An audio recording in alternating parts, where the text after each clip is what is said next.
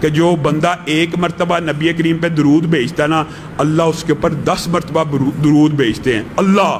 اور صرف اس کے اوپر بس نہیں ہے، بندہ درود پڑھتا رہتا ہے۔ نبی کریم نے کہا جس وقت تک وہ درود پڑھتا رہتا ہے فرشتے اس کے اوپر درود پڑھتے رہتے ہیں۔ کیا چاہیے؟ اس سے بہترین معاہدہ اللہ کے ساتھ کیا ہو سکتا ہے کہ آپ نبی پہ درود بھیجیں، اللہ اور اس کے فرشتے آپ کے اوپر درود بھیجیں۔ نبی کریم نے کہا جو صرف 10 مرتبہ میرے پر صبح شام درود بھیجتا ہے، میں محمد صلی اللہ علیہ وسلم، جس طرح اللہ نہیں نہ بھولنے والا، اللہ کی قسم تمہارا میرا پیارا نبی جس دن ہر نبی نفسی نفسی کہہ رہا ہوگا نا، اس وقت بھی نام لے کے نہیں بلکہ کیا کہہ رہا ہوگا؟ امتی امتی، اللہ مجھے بھی بچانا، میری امت کو بھی۔